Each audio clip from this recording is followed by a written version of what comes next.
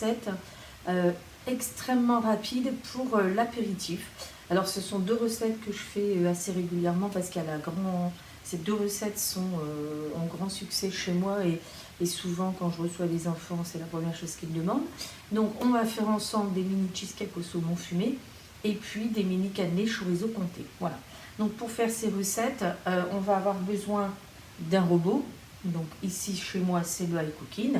La recette est enregistrée dessus, donc c'est quand même pratique et rapide. Et donc pour faire cette recette qui est enregistrée ici, je vous mettrai la photo à la fin de la vidéo.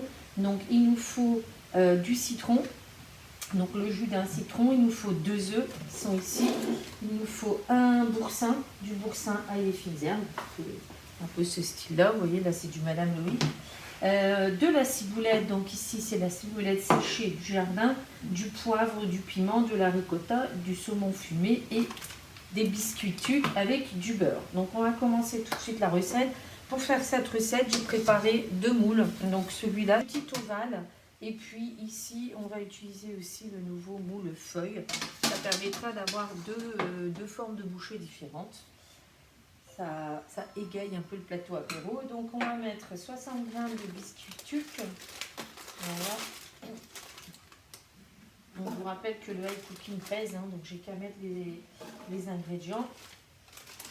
Voilà, directement dans le bol, hein, ça nous fait gagner du temps et puis ça évite la vaisselle après.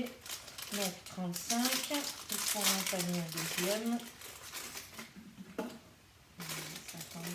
55 et 60. Voilà, donc j'ai mis les 60 g de tuc. Suivant, pendant 15 secondes, on va les mixer.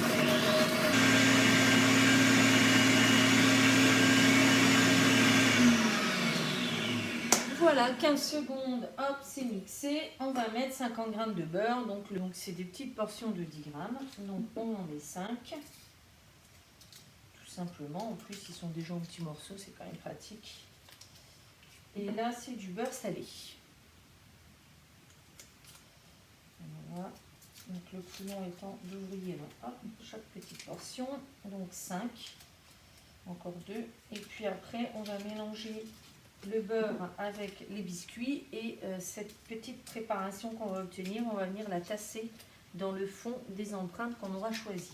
Donc on peut faire cette recette aussi avec un moule qui s'appelle mini cube, qui est, je vais vous montrer, donc ici, hop, on va faire fondre le beurre en même temps à 40 degrés.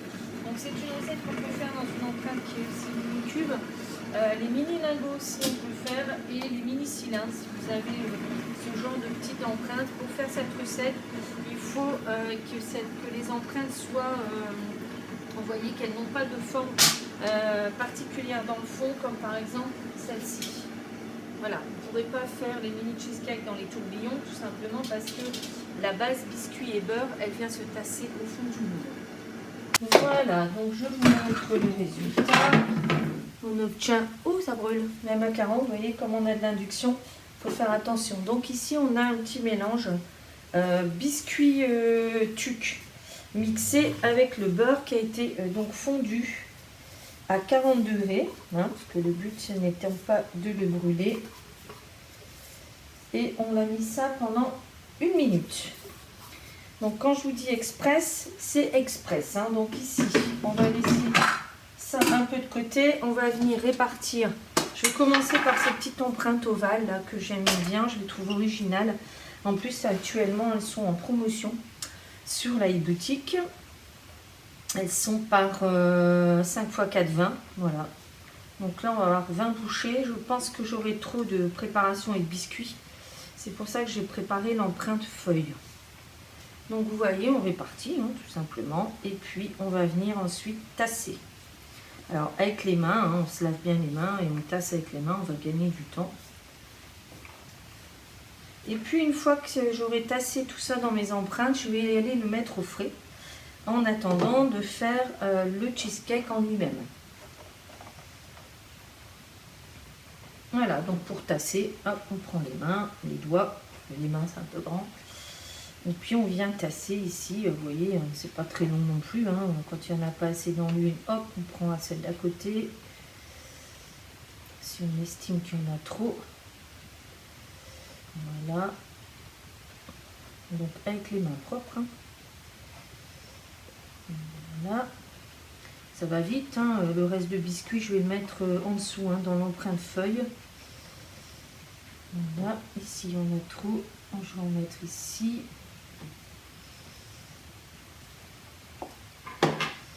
Voilà, donc ainsi de suite dans toutes les empreintes. Alors on tasse, hein, parce qu'on va venir mettre donc la préparation de cheesecake au-dessus. Et au démoulage, il faut qu'on voit bien la différence entre le biscuit et le cheesecake. Donc voilà, je vous montre un peu ce que ça doit donner, hein, même si je pense que vous vous doutez. Voilà, et on va répartir le reste dans les autres empreintes.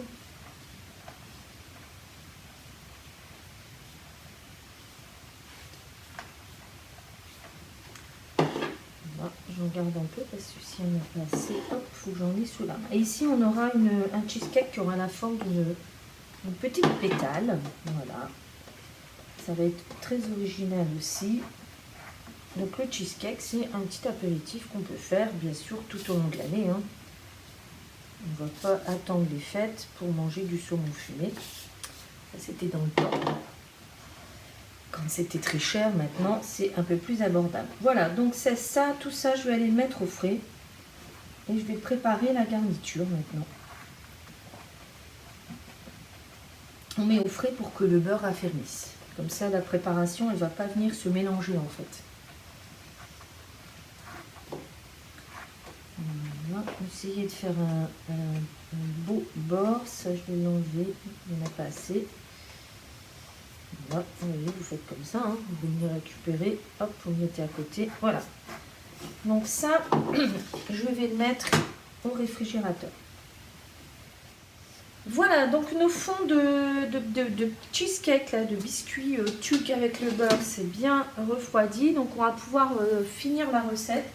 Donc on va prendre l'étape de la garniture. Donc il nous faut 100 g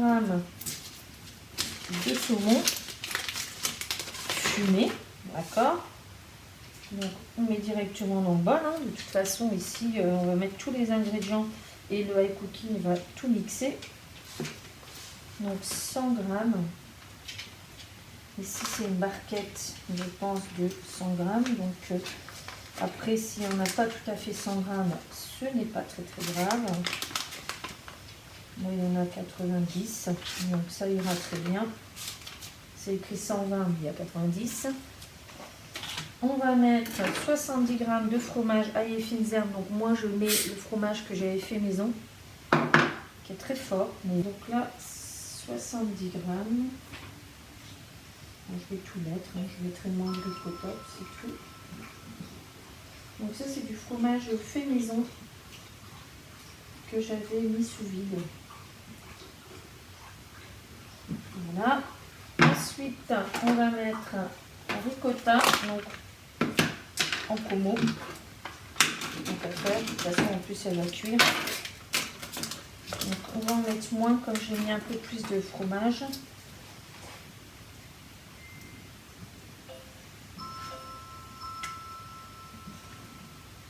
Voilà. On va mettre les 2 œufs. Donc hop. On vérifie.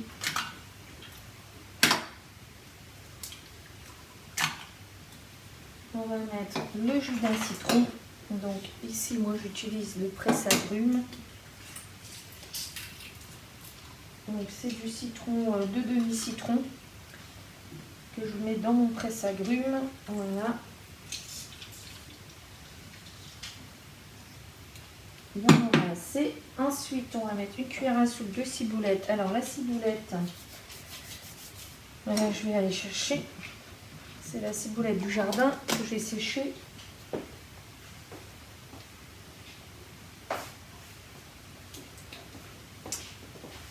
Voilà, donc ciboulette du jardin séchée. On va tout mettre. Allez, hop. Et on va mettre un petit peu de piment. Alors le piment aussi, c'est fait maison. Et on va terminer. Donc on va mettre le couvercle. Ici, ici, on va programmer le high cooking. On va faire 2 tours de turbo. C'est un peu bruyant. Voilà, c'est fini. Donc, on va répartir cette préparation au-dessus de nos biscuits. Et on fait cuire 12 minutes à 180 dans un four préchauffé. Ça, c'est quand même essentiel. Il faut que votre four soit préchauffé. Sinon, les temps de cuisson sont très différents. Et bien sûr, si vous ne préchauffez pas le four et que vous cuisez à la température indiquée, vous n'aurez pas du tout le même résultat. Donc voilà, cette préparation, c'est une préparation de cheesecake salé. On va venir répartir ça dans les entrailles. Alors moi je fais comme ça va plus vite, vous allez voir après.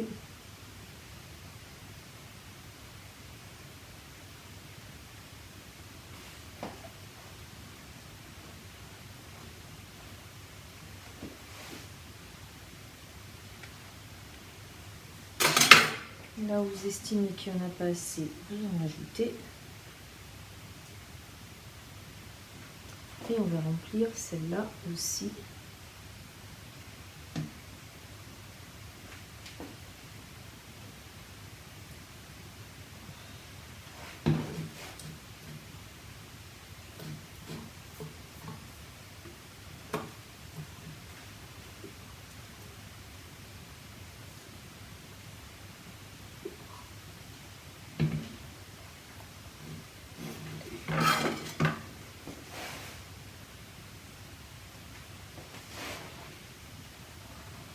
Voilà, on racle bien ce qui est sur le moule, ce qui peut rester sur le moule. On ne laisse rien. On va viser là où il n'y en a pas beaucoup. Et voilà. Voilà, donc les mini cheesecakes sont partis en cuisson à 192 minutes. Pendant ce temps-là, on va faire la deuxième recette express qui plaît beaucoup chez moi. Avec le moule mini canné, on va faire des mini cannés chorizo comté. Voilà. Donc ça, c'est assez facile à trouver sur le high cooking parce que c'est la recette préférée des utilisateurs en termes d'apéritif. Donc on va aller sur son robot, sur l'écran ici qui est à côté et qui est tactile. Et on va appuyer sur recette, apéritif. Voilà. On a classé, trié par le plus de favoris et hop, on tombe sur cette recette d'une conseillère qui s'appelle Karine. Donc il faut pour ce faire un jaune d'œuf, un œuf, du beurre, du chorizo, du comté, de la farine, du lait, du poivre, du sel. On y va, c'est parti. Donc préchauffer le four à 200. Ok. Donc ça, préchauffer le four, c'est fait. Poser l'empreinte sur la plaque, c'est fait. Hop, on va lancer le pas à pas. Donc 250 g de lait, on verse directement dans le bol, je vous rappelle. Là, on y va franco parce qu'on sait qu'il n'y a pas 250 g. Voilà, et puis on complète ici, hop. Je vous rappelle que quand on est dans le verre, on ralentit parce que ça signifie qu'on n'est pas loin du compte. Donc ici, on est dans le verre, il a sonné, on est d'accord, 30 g de beurre, donc toujours mes petits carrés de 10 g. C'est pratique, j'en ouvre 3 et je les mets dans le bol. Directement, vous avez vu, pas de vaisselle. En plus, le robot il pèse, donc je n'ai pas besoin de sortir de balance. Donc il pèse de 5 g en 5 g. Et un robot qui pèse de gramme en gramme, si vous voulez, c'est un peu inutile parce que ça ne peut pas être fiable. Avec le poids du bol, c'est pas possible. Donc ici, nous sommes partis 2 minutes sans vitesse 2.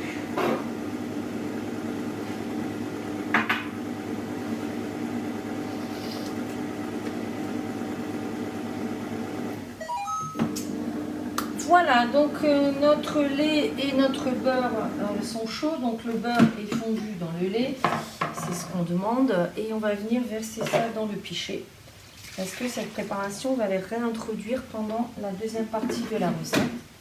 Donc, hop, deuxième partie de la recette, on va mettre 100 g de chorizo. Donc le chorizo chez moi, il est sous vide déjà depuis au moins 5-6 semaines. Voilà, ça conserve bien. Et moi, j'achète le chorizo, vous voyez, déjà en miettes comme ça, parce que ça me fait gagner du temps, tout simplement. Donc 100 grammes. Voilà. J'en aurais peut-être juste assez en plus, ça m'arrange. Hop, voilà. Comme ça, je récupère un récipient et un couvercle. Et ensuite, on va venir mettre 100 grammes de comté. Donc, vous voyez, moi qui profite toujours des promotions, hop, le comté, j'adore en plus. Alors, à moins 30, c'est meilleur. Puis c'est de la bonne qualité, hein, c'est de l'AOP, 7 mois d'affinage. Donc, on va mettre son comté, on va venir le mettre 100 grammes en cubes. Enfin, en cubes. Pas trop petit parce que là, le robot, il va mixer 10 secondes vitesse 6. Voilà, donc on va venir mettre ça dedans. Pas à côté.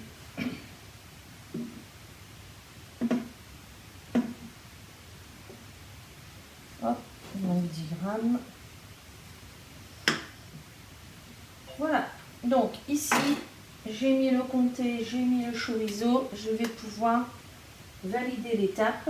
C'est ça que je cherche. Donc on est parti, 10 secondes, vitesse 6.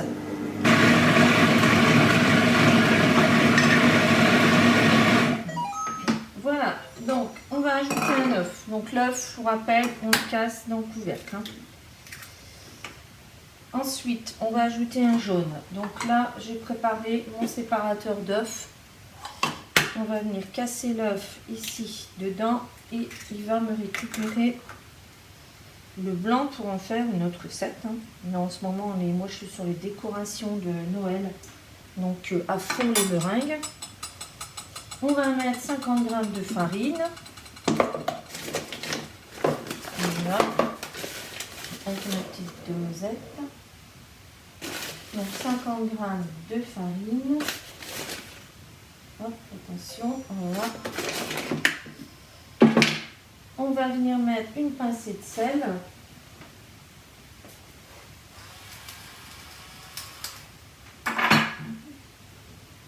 Et un tour de poivre. Et puis, comme il est indiqué dans la recette, quand le robot aura commencé à mélanger tout ça, nous on va venir verser notre préparation, notre lait avec le beurre fondu.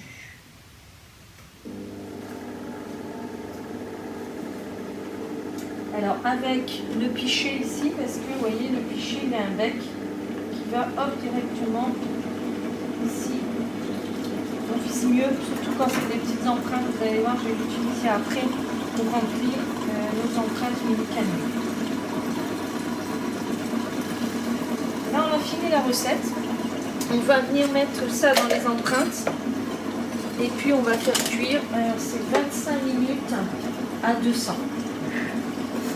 Et on aura donc 30 mini cannelés pour l'apéritif. C'est une recette qui est excellente, que je vous encourage à faire. Je vous mettrai bien sûr une photo du résultat, hein, parce que, et du démoulage d'ailleurs. Je vous ferai une photo, une petite vidéo du démoulage. Comme ça vous verrez après ce qu'on obtient tout simplement.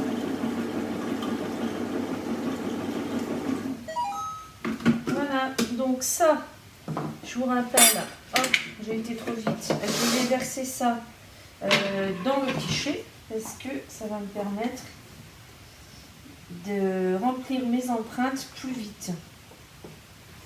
Voilà.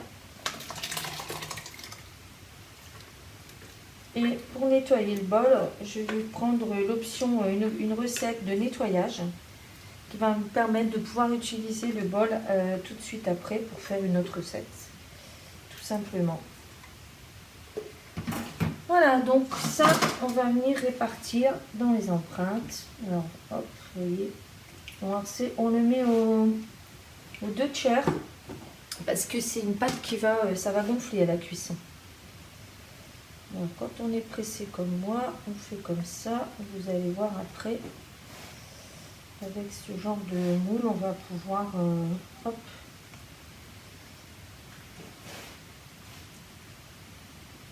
Voilà, je me dépêche, le four est déjà chaud. Voilà. Donc la quantité là de préparation, elle est tout juste pour remplir ce moule.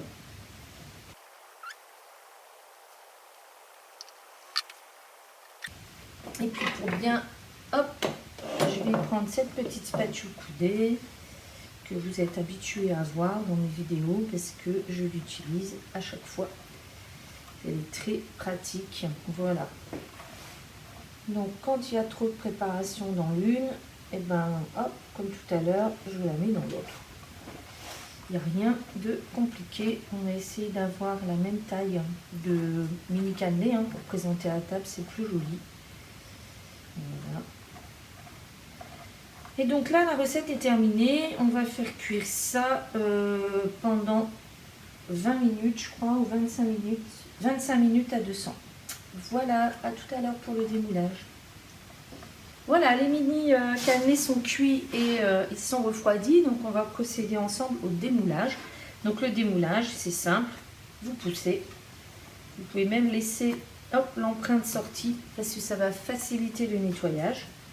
Donc hop, vous voyez, j'ai pas mis de matière grasse. On a une forme vraiment superbe forme de cannelé.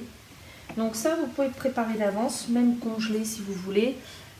Quand vous les ressortez, vous les mettez avant de les servir un petit peu au four pour les réchauffer. C'est meilleur tiède, cette amuse-bouche là. Voilà, il faut le servir tiède.